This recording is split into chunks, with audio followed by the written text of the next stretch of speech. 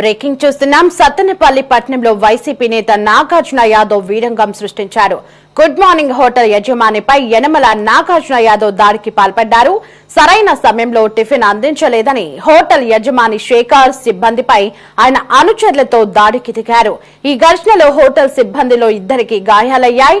తాను పిలిస్తే ఊళ్లకు ఊళ్లు కదిలి వస్తాయని హోటల్ యజమాని శేఖర్ కు నాగార్జున యాదవ్ వార్నింగ్ ఇచ్చారు.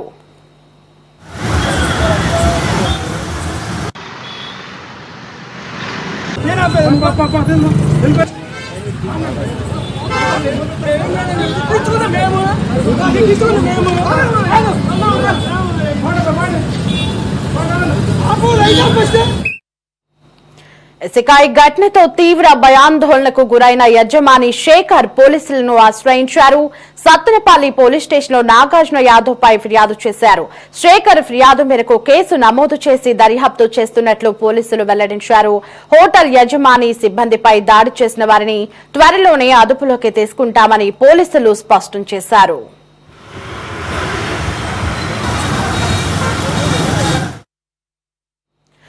ఇదే అంశానికి సంబంధించి మరింత సమాచారం మా ప్రతినిధి ప్రమోద్ కిరణ్ ఫోన్ ఇన్ లో అందించడానికి సిద్ధంగా ఉన్నారు. ప్రమోద్, సత్తెనపల్లి పట్టణంలోని గుడ్ మార్నింగ్ హోటల్ యజమాని సిబ్బందిపై వైసీపీ నేత నాగార్జున యాదవ్ దాడి చేసినట్లుగా తెలుస్తోంది. దాడికి గల కారణాలేంటి? దాడిలో ఎవరికైనా గాయాలయ్యాయా? ప్రస్తుతం నాగార్జునాని పోలీసులు అరెస్టు చేశారా? పరిస్థితి ఏంటి? ఏదైతే సత్తెనపల్లి పట్టణంలో వైసీపీ నేత రాష్ట్ర అధికార ప్రతినిధి నాగార్జున యాదవ్ సత్తెనపల్లి పట్టణంలో వీరంగం సృష్టించాడు. అయితే ఉదయం పూట బ్రేక్ఫాస్ట్ కని వెళ్ళినటువంటి నాగార్జున యాదవ్ వారి అనుచరులు హోటల్ యాజమాన్యం ఇచ్చినటువంటి ఆర్డర్ ఆలస్యంగా రావడంతో వారిపై దుర్భషలాడుతూ కూడా అసభ్య పదజాలంతో వారిపై దాడి చేశారు. అక్కడే ఉన్నటువంటి స్థానికులు ఎంతసేపటికి ఆపినా సరే నాగార్జున యాదవ్ అనుచరులు వారిని ఆపే ప్రయత్నం చేస్తున్నప్పుడు కూడా వారు ఆపిన పరిస్థితి. అయితే ఈ నేపథ్యంలో వారిని ఏదైతే హోటల్ యజమాని శేఖర్ ఉన్నారో అక్కడ పనిచేసేటువంటి సిబ్బంది ఇద్దరిపై ముగ్గురుపై అతని మీద దాడి చేశారు. దాడి చేసినటువంటి వ్యక్తులు ఇద్దరు ఇప్పుడు సత్తెనపల్లి ప్రభుత్వ ఆసుపత్రిలో చికిత్స పొందుతా ఉన్నారు. అయితే ఇప్పటికే దీనిపై హోటల్ యజమాని శేఖర్ పోలీసులు సత్తెనపల్లి టౌన్ పోలీసులు ఫిర్యాదు చేశాడు. ఫిర్యాదు చేసిన అనంతరం ఇప్పుడు సత్తెనపల్లి టౌన్ పోలీసులు అయితే కేసు నమోదు చేసి ఇప్పటికే విచారణ ప్రారంభించారు. అయితే దీనికి సంబంధించి అక్కడ ఉన్నటువంటి సీసీ ఫుటేజ్ ఆధారంగా పోలీసులు అయితే కేసులు నమోదు చేస్తా ఉన్నారు.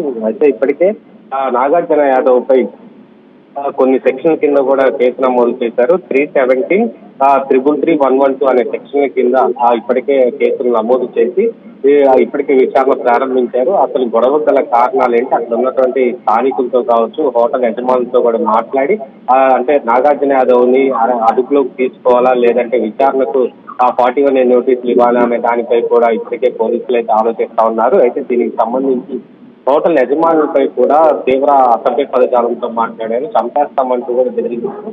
వాళ్ళు అంటే హోటల్ యాజమాన్యంపై ఇప్పటికే నాగార్జున యాదవ్ అనుచరులు తీవ్రంగా గాయపరిచారు. అయితే పోలీసులకి కనుక కేసు పెడితే వెళ్ళి మిమ్మల్ని చంపేస్తామంటూ కూడా ఇప్పటికే వాళ్ళు బెదిరించారు. ఈ బెదిరించినటువంటి నేపథ్యంలో కూడా అతనిపై హత్యాయత్నం కేసు కూడా నమోదు చేస్తున్నట్లు కూడా పోలీసులు అయితే తెలుపుతా ఉన్నారు.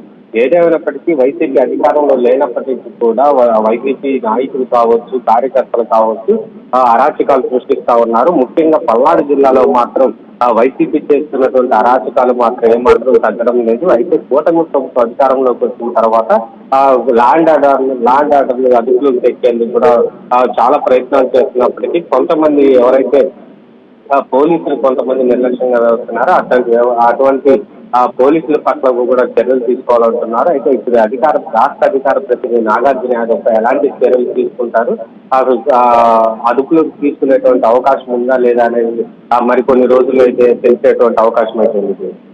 Right Pramod, thanks.